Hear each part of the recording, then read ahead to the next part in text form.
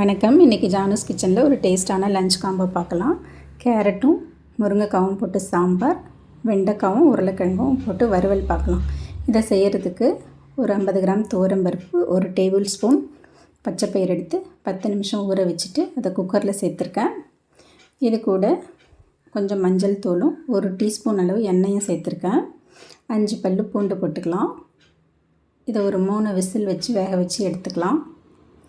அது வேகிறதுக்குள்ளே ஒரு சின்ன நெல்லிக்காய் சைஸ் புளியை தண்ணியில் ஊற வச்சு அதை கரைச்சி எடுத்து வச்சுக்கிறேன். ஒரு பாத்திரத்தில் 1 டேபிள் ஸ்பூன் எண்ணெய் சேர்த்துருக்கேன். அதில் கொஞ்சம் வடகம், கொஞ்சம் வெந்தயம் போட்டு பொரியட்டும்.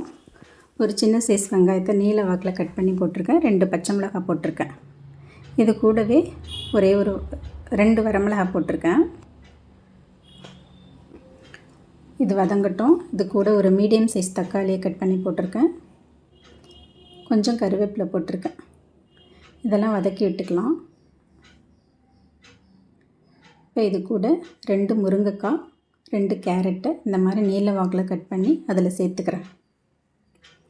இப்போ இதையெல்லாம் சேர்த்து நல்லா வதக்கி விட்டுக்கலாம். இது கூட கொஞ்சமாக மஞ்சள் தூள் போட்டிருக்கேன். சாம்பாருக்கு தேவையான அளவு உப்பும் சேர்த்துருக்கேன். இதெல்லாம் சேர்த்துட்டு இதை நல்லா கலந்து விட்டுட்டு ஒரு 3 நிமிஷம் மீடியம் ஃப்ளேமில் இதை மூடி வச்சுக்கலாம். காயெல்லாம் நல்லா சாஃப்டாகும். 3 நிமிஷம் கழித்து ஓப்பன் பண்ணிவிட்டு இதை நல்லா கலந்து விட்டுட்டு இது கூட சாம்பார் பொடி சேர்த்துக்கிறேன். காரத்துக்கு தகுந்த மாதிரி சாம்பார் பொடி சேர்த்துக்கலாம்.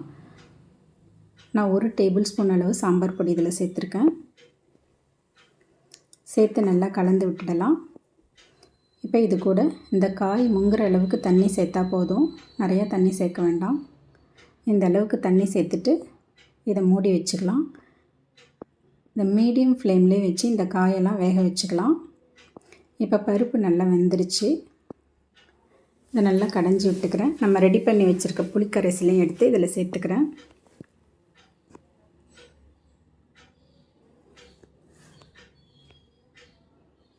நல்லா கலந்து விட்டுடலாம். இப்போ காய் நல்லா வெந்துருச்சு. இதை நல்லா கலந்து விட்டுட்டு நம்ம ரெடி பண்ணி வச்சுருக்க பருப்பு புளி கரைசல் எடுத்து இதில் சேர்த்துக்கலாம். சேர்த்துட்டு நல்லா கலந்து விட்டுடலாம். கலந்து விட்டுட்டு இதை புளியோட பச்சை வாசனை போகிற அளவுக்கு ஒரு 3லேருந்து 4 நிமிஷம் மீடியம் ஃப்ளேம்லேயே வச்சு நல்லா கொதிக்க விட்டுடலாம்.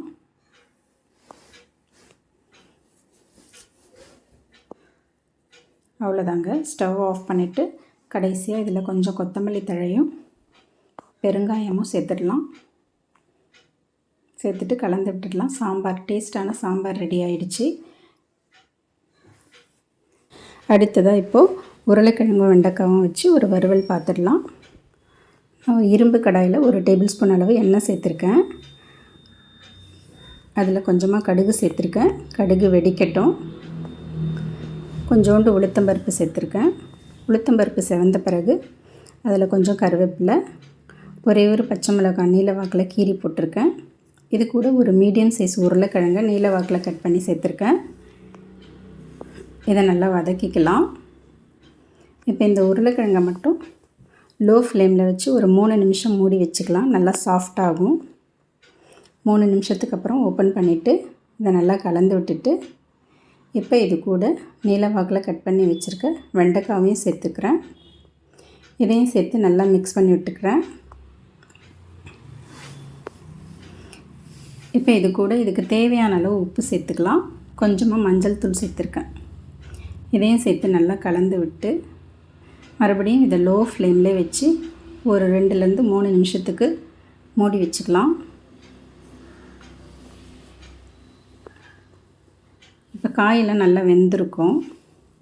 இந்த உருளைக்கிழங்கு எடுத்து பார்க்கலாம். இப்போ பாருங்கள், உருளைக்கிழங்கு நல்லா மாவு மாதிரி வெந்துருச்சு. தண்ணியெல்லாம் எதுவும் சேர்க்கணுன்னு அவசியம் இல்லை. இப்போ நல்லா வெந்துருச்சு. இப்போ இது கூட காரத்துக்கு தகுந்த மாதிரி சாம்பார் பொடி சேர்த்துருக்கேன். இதில் ஒரு 3/4 டேபிள் ஸ்பூன் அளவுக்கு நான் சாம்பார் பொடி சேர்த்துருக்கேன். அவ்வளோதாங்க. இதை நல்லா சிம்மிலே வச்சு அடிக்கடி கிளறி விட்டுக்கிட்டு நல்லா செவக்க வச்சுக்கலாம். நல்லா செவந்து வந்துருச்சு. கடைசியாக இது கூட கொஞ்சமாக கொத்தமல்லி தழை சேர்த்துக்கிட்டு ஸ்டவ் ஆஃப் பண்ணிடலாம். அவ்வளோதான், உருளைக்கிழங்கு வெண்டைக்காய் வறுவல் ரெடி ஆகிடுச்சு. இந்த சாம்பாருக்கும் இந்த வறுவலுக்கும் டேஸ்ட் ரொம்ப நல்லாயிருக்கும். தேங்க்ஸ் ஃபார் வாட்சிங்.